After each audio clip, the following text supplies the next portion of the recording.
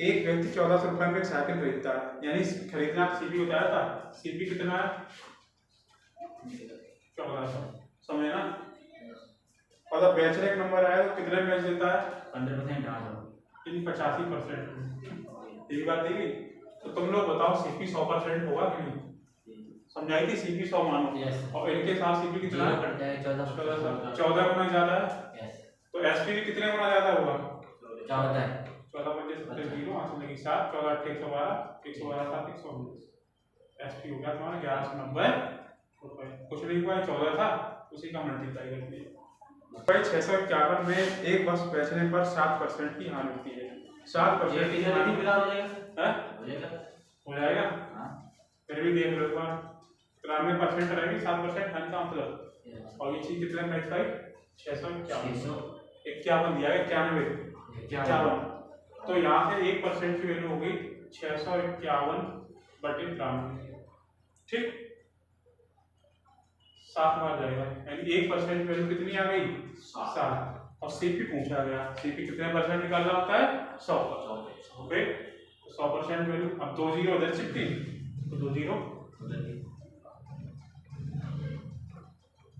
देखो ये 80 रुपए 80 रुपए अंकित मूल्य। देखो अंकित मूल्य छपा उस पे 80 रुपए। अंकित मूल्य तुम लोग जानते हो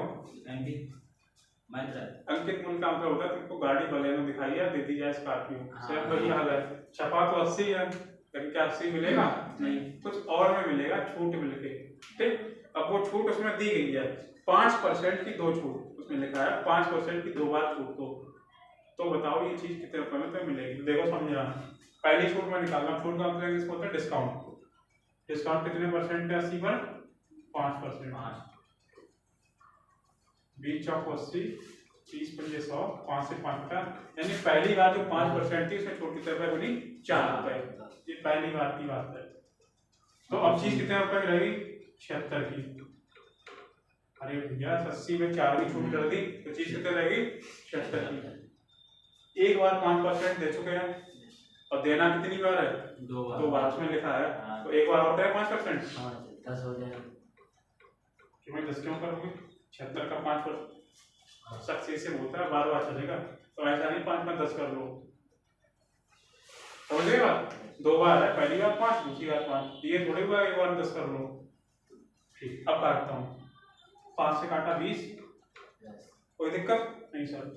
मैं ऐसा करता हूँ 2 से हो गया 38 समझना एक जीरो बची होगी उस जीरो का मतलब है 38 की जगह 3.8 नीचे अगर एक जीरो हो तो बदले में ऊपर एक दशमलव लगा सकते हो डायरेक्ट ठीक है बिना भाग दिए। तो अब छूट कितने रुपए और होगी दूसरी बार में 3.8। यहाँ पर चीज तुम्हारी हो गई थी आर्टिकल हो गया था 76 में और छूट कितने हो गई अब 3.8 घटा लो 10 से 8 गया 2 5 से 3 गया 2 कितना बचा 72.2। तो ओरिजिनल इसका प्राइस बचा होगा 2 बार छूट देने के बाद 80 रुपए की चीज कितने में बेची होगी 72.2। ठीक है 72.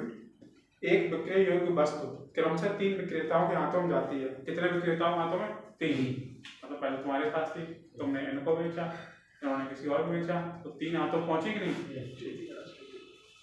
प्रत्येक विक्रेता पर 25% लाभ कमाते हुए आगे बेच देता ये होगा।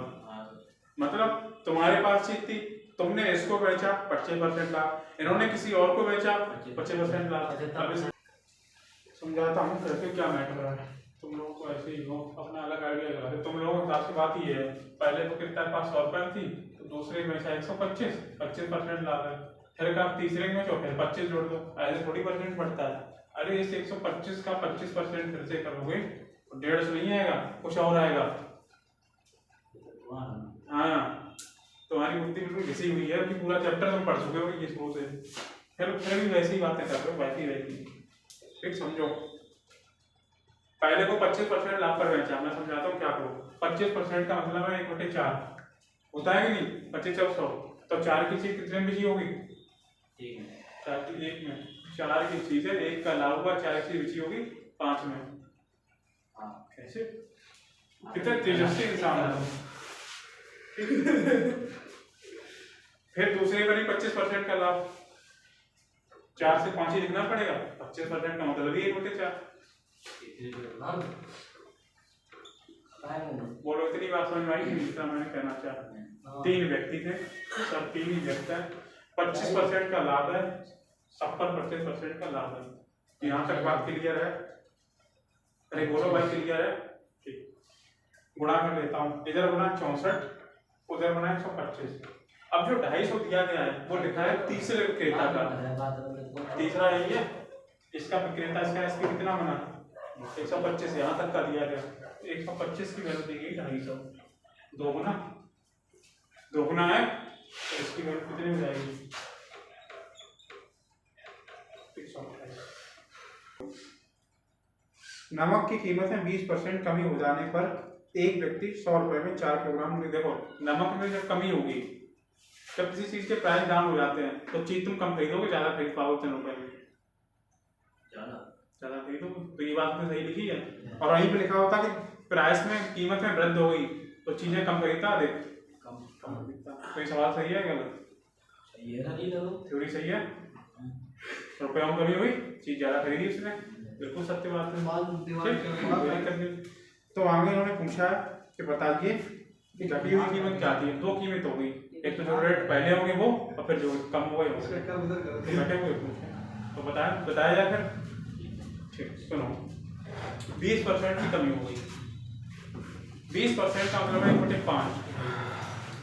अगर पहले 20% का 1/5 है, अगर चीज 5 की होगी तो कम होकर कितनी हो गई होगी? 4। हाँ 20% तो 1/5 एक कम हो रहा है, यानी प्राइस अगर पहले 5 थे किसी टाइम तो कम होने के बाद कितने हो गए? 4। इतनी बात तुम लोगों को अच्छे समझ में आई हुई। चलिए तो भाई अब एक चीज बताओ, एक होती है प्राइस कीमत, एक होती है खपत। खपत छोड़ लो, उसको हटाओ, तुम लोग कुछ और समझो। खपत मतलब है जो इसको तुम कितना चीज खाना चाह रहे हो, कितना खरीदना चाह रहे हो, उसे कहते हैं खपत, या कितनी तुम्हें जरूरत है। अब ईमानदारी बताना, किसी चीज के प्राइस अगर कम हो जाए तो जरूरत की चीज तुम ज्यादा खरीदोगे या कम खरीदोगे? यानी मैं मान लूं अगर प्राइस के जस्ट उल्टा होती है खपत, अगर ये कम हुए तो चीज तुम ज्यादा खरीदोगे, अगर ये ज्यादा हुई तो चीज तुम कम खरीदोगे। तो मैं कह सकता हूँ अगर इसका रेशियो 5:4 है रुपयों में, प्राइस पता रुपए में, तो इसको खाने में खपत यानी कंजम्पशन रेशियो 4:5 बोलो होगा कि नहीं? अभी समझाया था, जस्ट एक दूसरे को उल्टे हैं, चीजों के रेट बढ़ जाए तो खाना कम कर दो, मतलब ये चीज बताई थी मैंने, तो उल्टा लिखा जाए इसको। अगर उसका रेशियो 5:4 होगा तो कंजम्पशन की खपत का रेशियो 4:5। इतनी बात समझ में कैसे लग रही है? कोई जादू नहीं था उसमें, तुम सोचो कोई जादू किया गया इसमें। ठीक है, 4:5। ठीक, क्लियर है? कोई दिक्कत ही नहीं आता। अब पढ़ते हैं सवाल। क्या कह रहे हैं? 100 रुपए में 4 किलोग्राम अधिक नमक खरीद। कोई दिक्कत है? 4 किलोग्राम अधिक खरीद। तो यहाँ देखो कितने किलोग्राम अधिक खरीद रहा है? 1। समझो बात, कंजम्पशन किलोग्राम चल रहा है, तो ये रुपए में चल रहा है, प्राइस रुपए में होते किलोग्राम, लेकिन उनके साथ कितना अधिक खरीदेगा? 4। अगर एक की वैल्यू 4 है, ये पहले प्राइस था, ये घटने के बाद में, तो बाद का पूछा तो 5 की वैल्यू कितनी हो गई? 20 किलोग्राम। समझ आई बात? ठीक, घटने के बाद 4 हो गई। हाँ, अब 100 रुपए में 20, 100 रुपए जो प्राइस दिया गया और घटी हुई कीमत कितनी है? 20 पर केजी। अगर पूछते हैं कि पुराना मूल्य बताओ घटने से पहले, तो वो भी समझ लो कि अब देखना, तुम बताओ 100 जो रुपए है उसे 16 का डिवाइड करें या 20 का? तो बाद का पूछा गया, बाद में कौन है? 100। और मैं समझा दूं, ये है आपके रुपए, ये है किलोग्राम, अरे देखिए कंजम्पशन है किलोग्राम होगा, तो 20×100 तो 5 रुपए प्रति किलोग्राम, यानी घटने के बाद मूल्य हो गया 5 रुपए प्रति किलोग्राम। उसकी आय में 10% की कमी की। 10% का मतलब होता है 1/10 आया ना। अगर पहले उसकी इनकम 10 थी, 10 में 1 की कमी हो गई तो उसकी इनकम कितने रुपए हो गई? 9। इसमें 1 की कमी 9 ही होगा। इसमें क्या बात है? आपको कह रहा है कि पुराने स्तर पर लाने के लिए कितने की वृद्धि करनी होगी। अब देखना, पहले तो 10 थी, कितनी हो गई? 9। आपको पुराने स्तर पर आने के लिए कितना बढ़ाएगा? एक। यहाँ से कितना बढ़ाएगा? 11। पहले समझो, 11 मत बोलो। यहाँ पर कितना है? 9।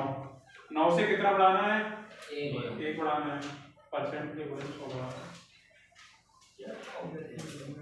हो गया आंसर 100 के नंबर से खत्म सवाल। यही तो पूछा था कितना बढ़ाना पड़ेगा। आंखों से देखो ना, एक ही बढ़ाना पड़ेगा या 2 बढ़ाना पड़ेगा? तुम लोग को तो जाओ एक बढ़ा 100 की कमी कार्ड 600 रुपए में 5 किलोग्राम अधिक चीनी बताना। ईमानदारी बताना। अरे जब ये खाली मतलब आपको क्यों लगना पड़ेगा तो बात मूल लगना पड़ेगा होगा भाई किसका मूल देखना चाहिए लगा मैं सब परेशान होने को आ रहा हूं। सब ये सब समझ में आएगा तुम्हें। 5 की सही है हैं एक कमी हुई ठीक है। हाँ बताओ कमी हो रही है तो बोलो 5 से 4 की होगा। बोलो भाई बोलो।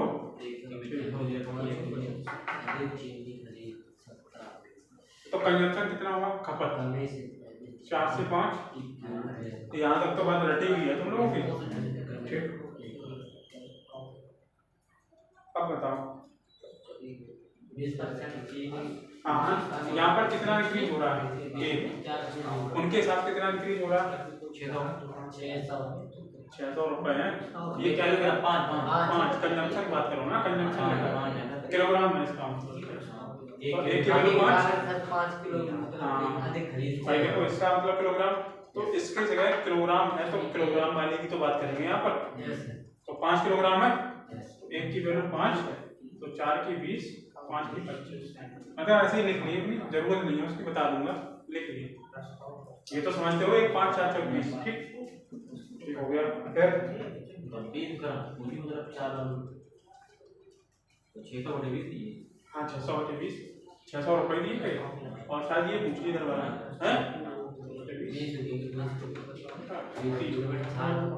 देखो तुम ही लोगों को ये बात बता दी 600 बटे 20 करो हो गया। तो दे दे यार बात दे दे। ठीक है 30 रुपए प्रति किलोग्राम।